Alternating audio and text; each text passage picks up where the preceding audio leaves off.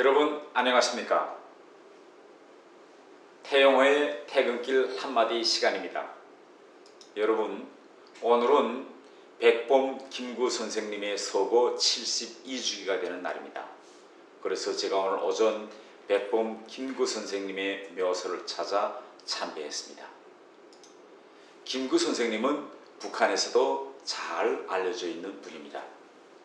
김구 선생님에 대해서 북한에서는 학생들에게 교과서에서도 가르치고 있고 또 김구 선생님에 대한 영화도 있으며 소설도 있습니다.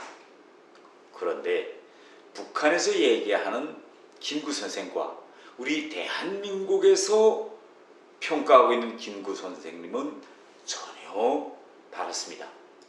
쉽게 이야기하면 북한에서는 역사를 왜곡해서 김구 선생님이 김일성을 우리 민족의 위대한 수령으로 높이 받들어 모신 분이다, 이렇게 선전하고 있습니다. 그러면 제가 북한에서 김구 선생님에 대해서 어떻게 가르치고 있는지 한번 말씀드리겠습니다. 우선 북한은 김구 선생님이 벌이신 항일 독립운동을 독립운동이라고 평가하지 않고 테러운동이다, 이렇게 평가하고 있습니다.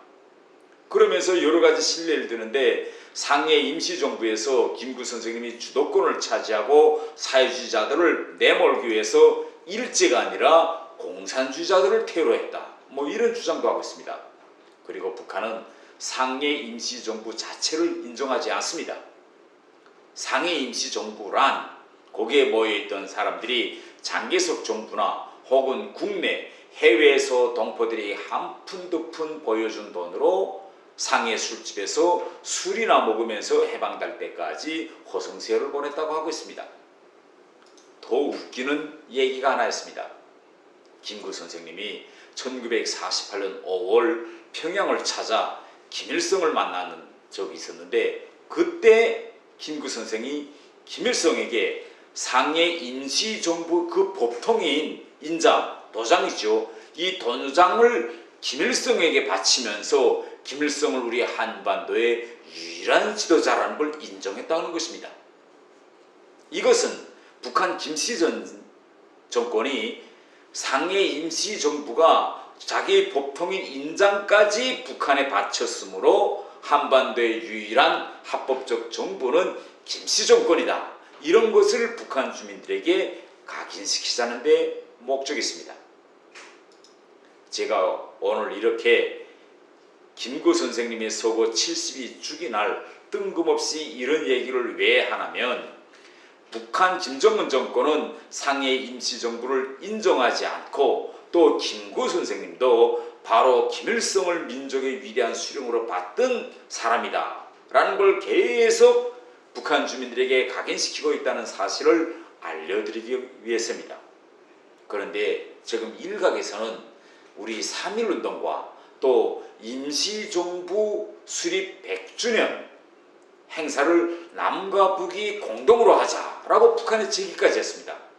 아니, 이러니 북한이 이걸 받아들일까요? 당연히 받아들이지 않죠.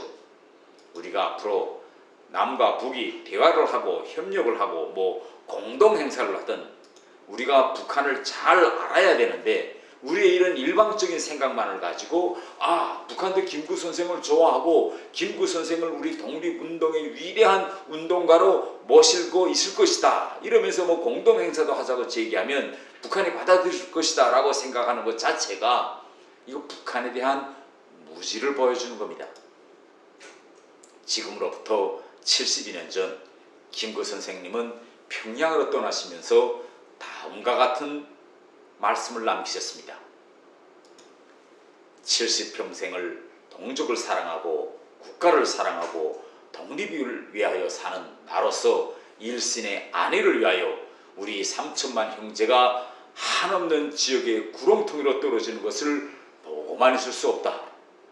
그 어떠한 모욕과 모략을 무릅쓰고 오직 우리의 통일과 독립을 위하여 피와 피를 같이 한 동족끼리 마주 앉아 최후 결단을 내려 한다 라고 말씀하셨습니다. 이렇게 김구 선생님은 나라의 분열을 막고 전쟁을 반대하며 평화를 지키기 위해 평양을 찾았습니다. 김구 선생은 김일성을 만나 단호히 선언했습니다. 어떤 경우에도 내전은 안 된다. 그러니까 김일성 너 전쟁하러 키는 것들을 동의해라. 그래서 예, 전쟁을 안 하겠습니다라는 동의를 김일성한테 받아냈습니다. 그리고 김구 선생은 통일을 위해서 통일헌법과 통일국회를 만들어야 된다. 그러니까 북한이 별도로 통일국회, 헌법이나 국회 만드는 일을 하지 말라. 그래서 우리 같이 통일헌법과 국회를 만들자. 그래서 김일성이 예, 그렇게 하겠습니다 라고 말했습니다.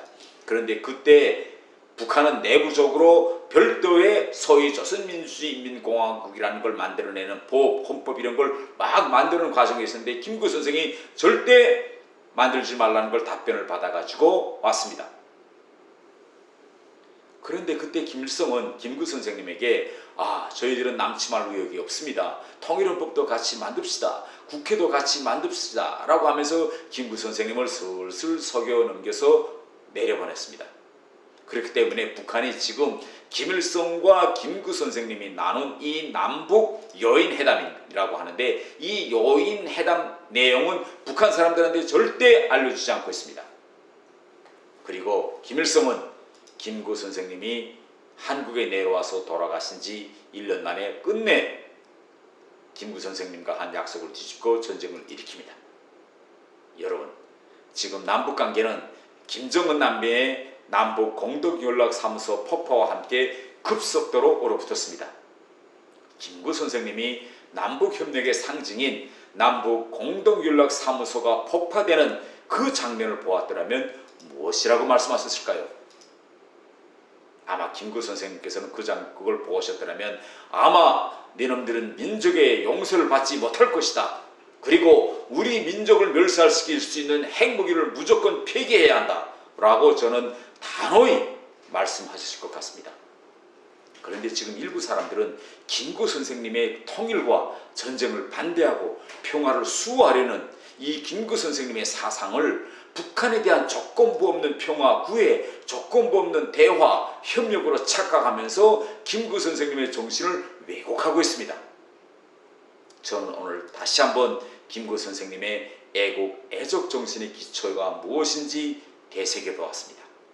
그리고 방문록에 김구 선생님의 애국, 애적 정신을 이어받아 통일 대한민국을 꼭 이루겠습니다. 라는 글을 남겼습니다.